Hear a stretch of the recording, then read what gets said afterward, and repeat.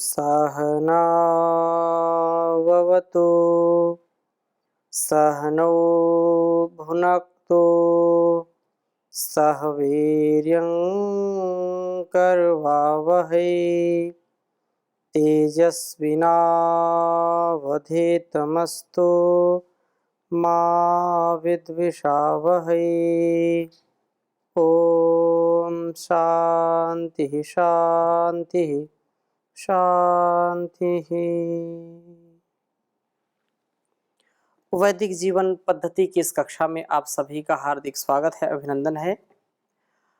हम ऋग्वेद के दूसरे मंडल का स्वाध्याय कर रहे हैं।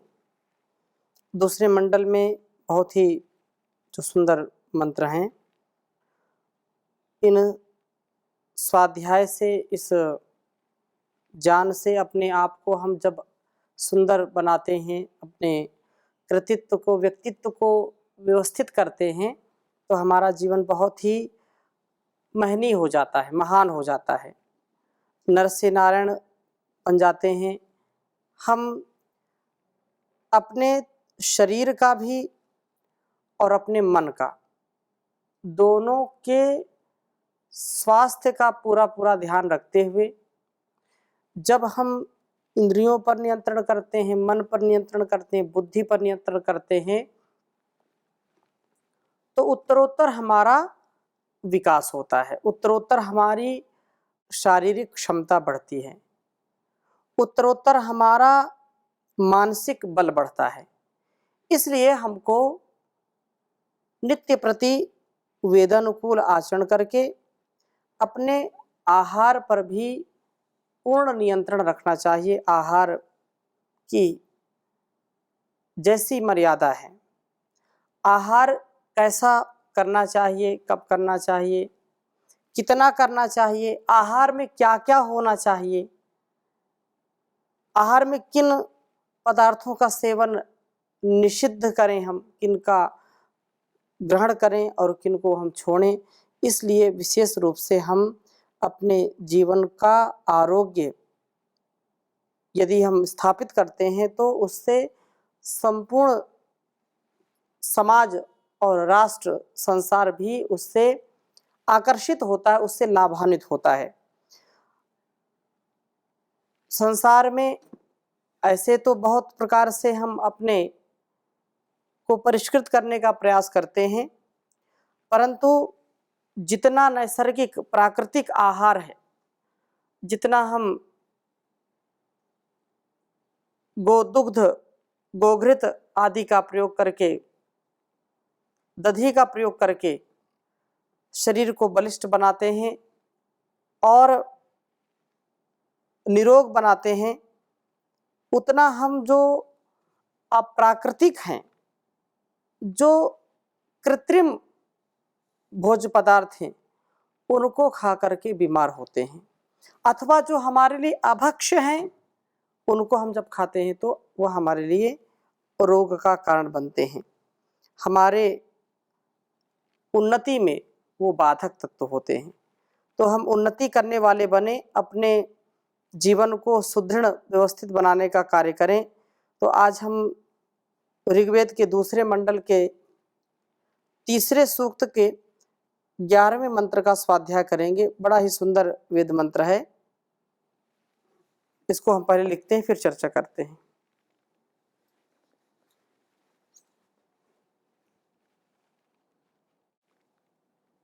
ओम घृतं मिमिक्षे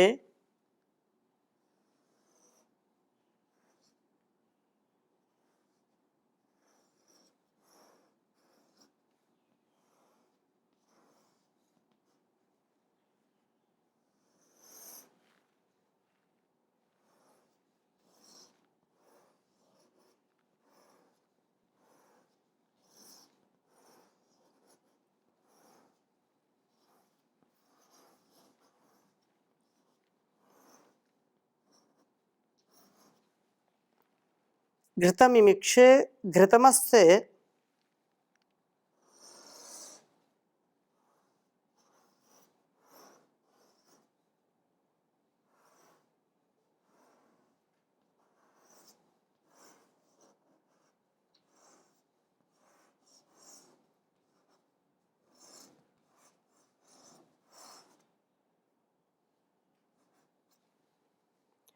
घृतमिमिक्षे घृतमस्य योनिर्घृते।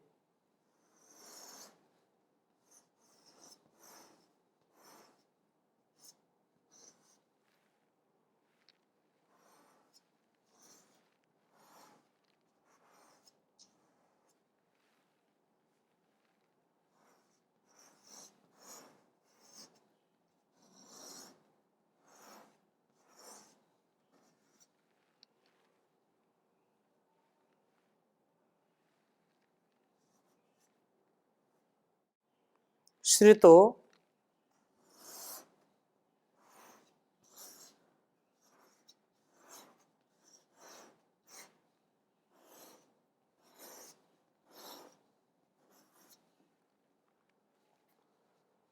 घृतमस्य योनिर्घृते श्रितो घृतमवस्य धाम।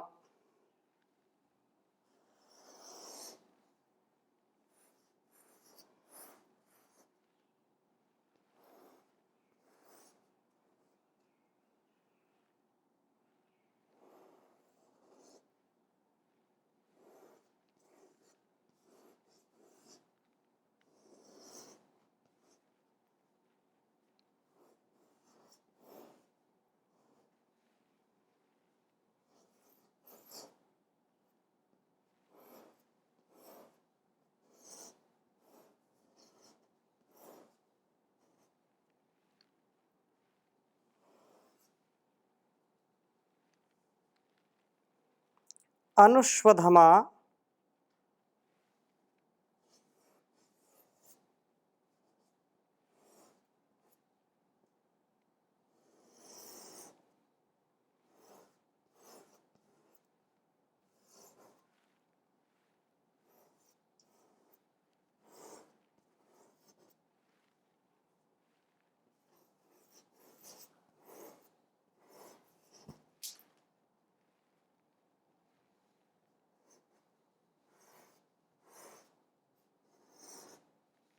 अनुष्वधमा वह मादयस्व।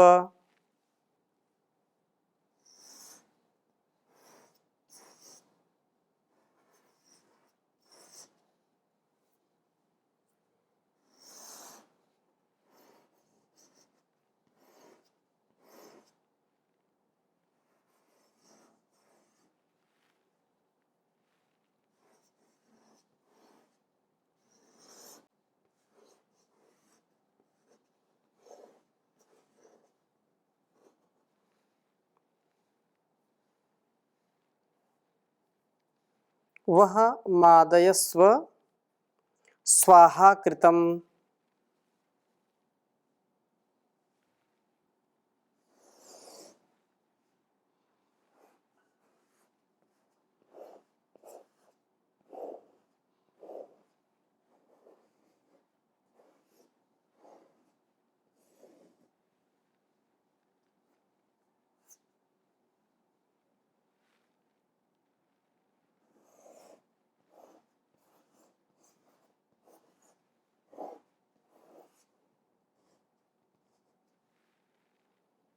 वृषभ वक्षि हव्यम्।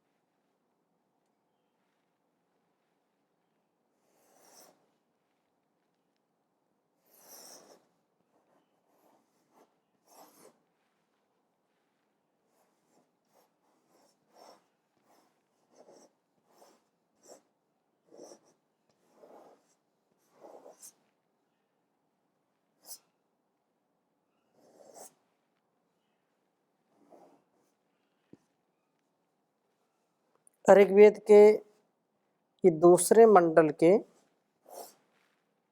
तीसरा सूक्त है। और 11वां मंत्र है।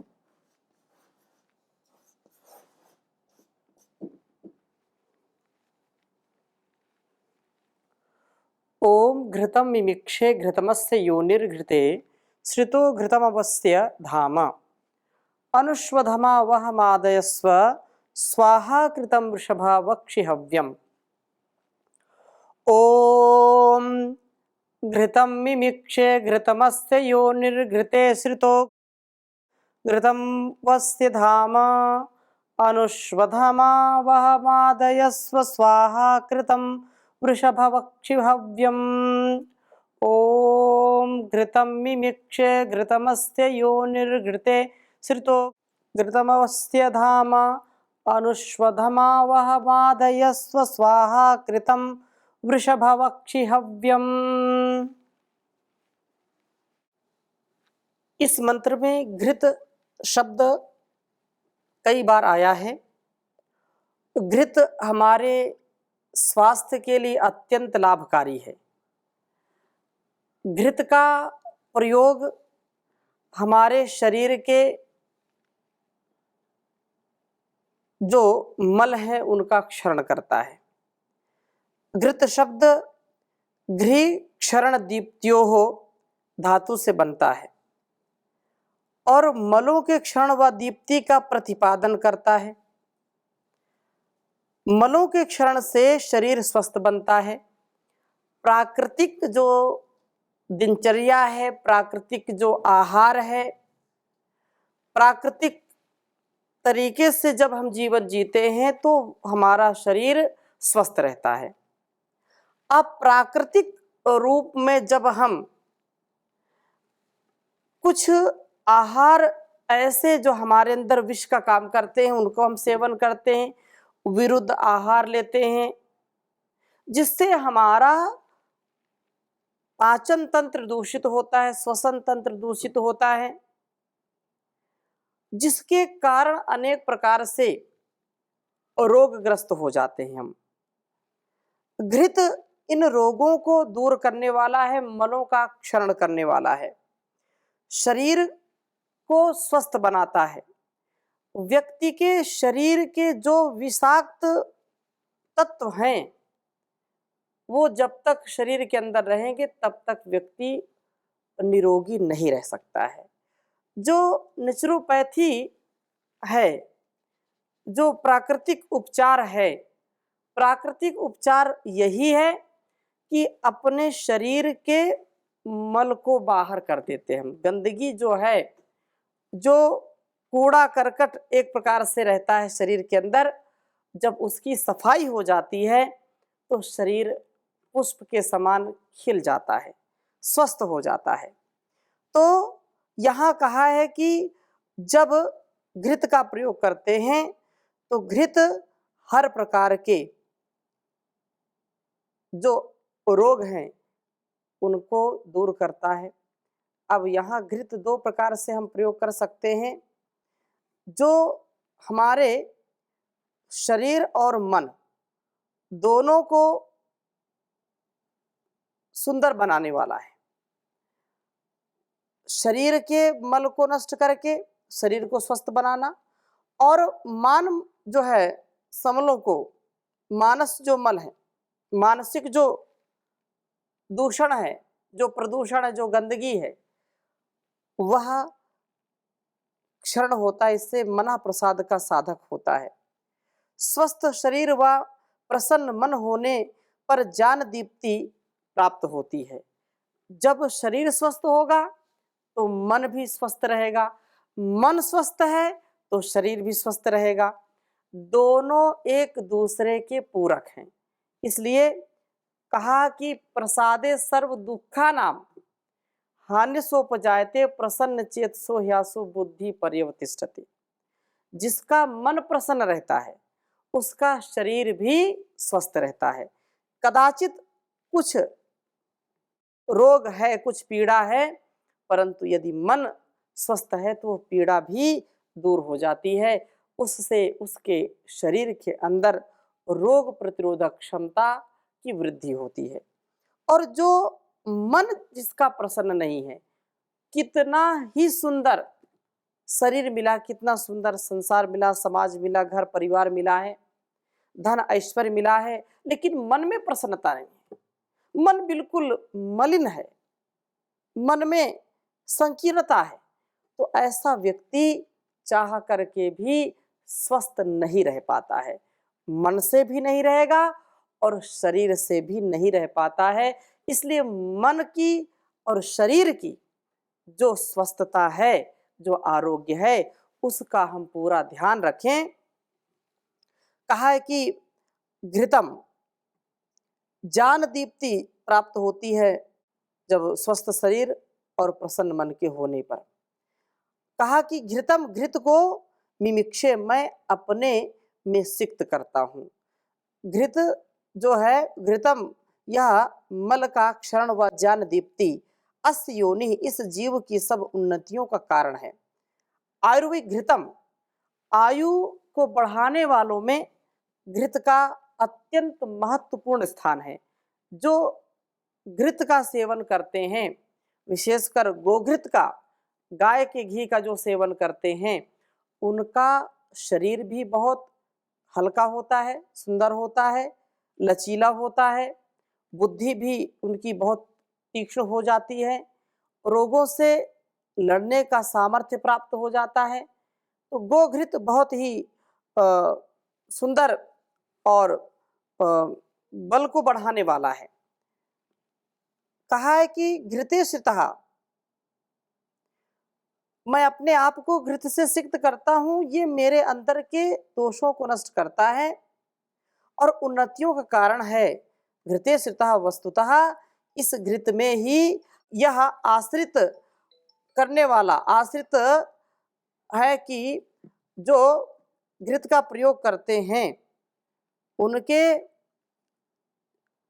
आश्रय से, अर्थात घृत का प्रयोग ही हमारे लिए महनीय है और घृत का प्रयोग करने से हमारे हड्डियों का जो सामर्थ्य है वह भी बढ़ जाता है, अर्थात हड्डियां हमारी मजबूत होती हैं, शक्तिशाली होती हैं।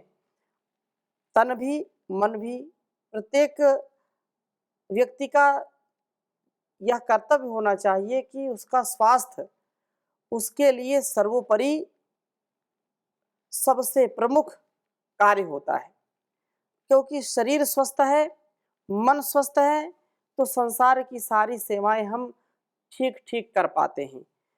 इसके अभाव में हम शरीर के स्वास्थ्य को भी ठीक नहीं कर पाते और मन के स्वास्थ्य को भी ठीक नहीं कर पाते। इसलिए तन मन का स्वास्थ्य, आरोग्य घृत से भी हमको बहुत प्राप्त हो पाता है।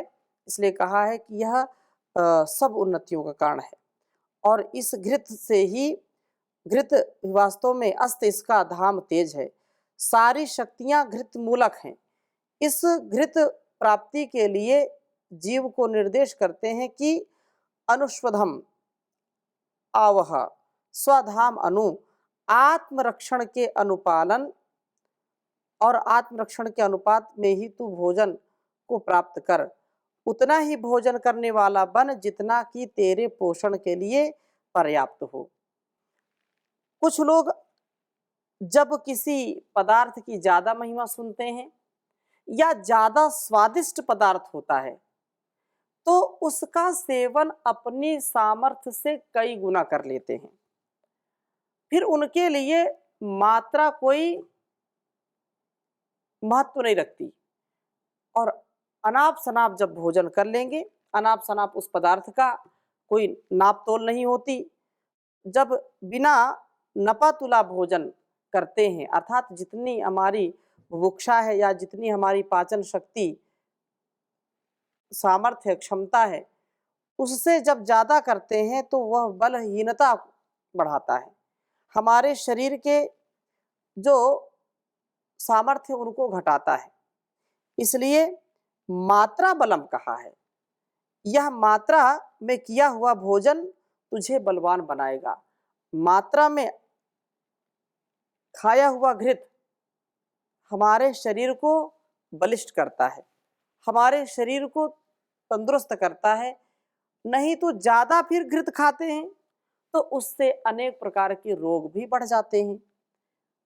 फिर भोजन पचता नहीं है, पाचन तंत्र दूषित हो जाता है। अति सर्वत्र वर्जयेत कहा, जहाँ अति हो जाती है वहाँ क्षति जरूर होती है, कभी प्रगति नहीं होगी। तो मति के साथ हम अपनी गति को बढ़ाएं, आहार विचार व्यवहार को संतुलित रखने का प्रयास करें, तो निसंदेह हम बलवान बनेंगे, बुद्धिमान बनेंगे, धनवान बनेंगे, प्रज्ञावान बनेंगे, ऐश्वर्यवान बनेंगे।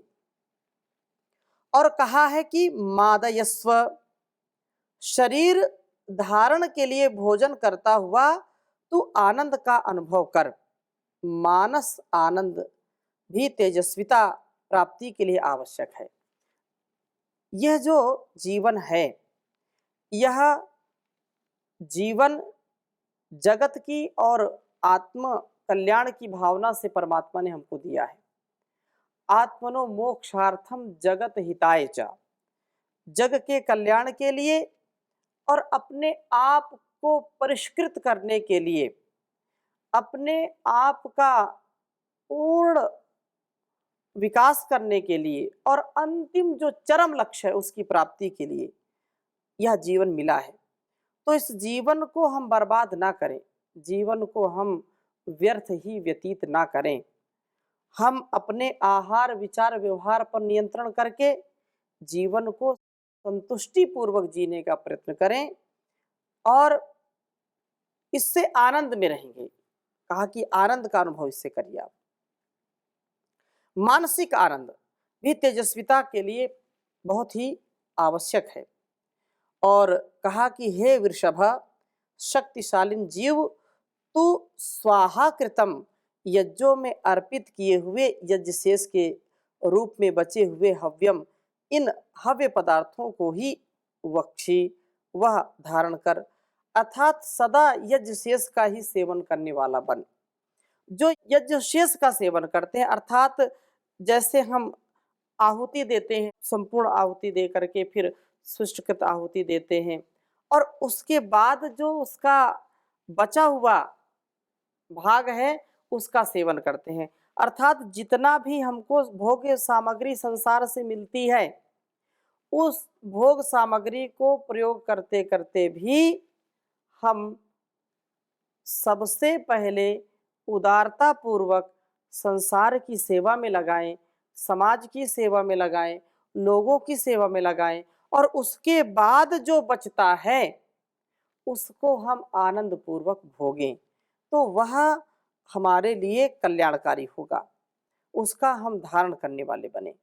इस प्रकार से घृत मलों के क्षरण से होने वाले स्वास्थ्य व ज्ञान प्राप्ति के लिए 3 बातें यहाँ पर विशेष रूप से हमको संकेत की गई है। हमारा इसमें हित ही है और इस वेद मंत्र का यदि हम एक भाग भी ग्रहण कर लें तो जीवन हमारा सफल हो जाएगा। हमेशा भोजन मात्रा में करें। यदि रोगी नहीं बनना चाहते हैं, कोई भी रोगी नहीं बनना चाहेगा, लेकिन जब सामने भोजन होता है, भोज्य पदार्थ होता है, तो अच्छे अच्छे लोग भी अपने आप को संभाल नहीं पाते हैं और वो चूक कर बैठते हैं, अधिक भोजन कर बैठते हैं। तो अधिक भोजन करने वाला व्यक्ति कभी भी शरीर से और मन से निरोग नहीं रहेगा, वो रोगी होगा ही होगा। इसलिए आरोग्यता के लिए हमको बहुत ही संतुलित, व्यवस्थित और नपा तुला भोजन करना चाहिए, पहली बात। दूसरी बात, मन प्रसाद, मन बहुत प्रसन्न होना चाहिए। मन कब प्रसन्न होगा? जब कोई विकार मन में नहीं रहेंगे। छल कपट झूठ चालाकी, अलग अलग प्रकार से जो लोग जीवन और इस जगत को ठगते हैं, वो कभी प्रसन्न नहीं रह सकते। सच्ची प्रसन्नता तो नहीं मिल सकती, मन प्रसाद जो कहा है नहीं मिल पाएगा। और तीसरी बात कहा है कि यज्ञ शेष का सेवन करें। सारे कर्मों को, जो कल्याणकारी कर्म है, करते करते जो कुछ भी हमको सेवा के बाद मिले उसको हम ग्रहण करें प्रसन्नता के साथ। जैसे घर में माताएं भोजन बनाती हैं, पूरे घर को खिलाती हैं और बाद में जो कुछ बच जाता है उसको बड़े प्रेम पूर्वक सेवन करती, उसको खाती हैं। तो यज्ञ शेष का हम सेवन करें, सब उन्नतियों का मूल घृत है, ऐसा जान करके हम स्वास्थ्य व ज्ञान दीप्ति की प्राप्ति के लिए मात्रा में भोजन करने वाले हों, प्रसन्न रहें तथा यज्ञ शेष का सेवन करें। तो हम ऐसा अपने जीवन में उतारें। इन्हीं शुभ भावनाओं के साथ आज की कक्षा को यहीं पर विराम देते हैं। ओम शांति शांति शांति।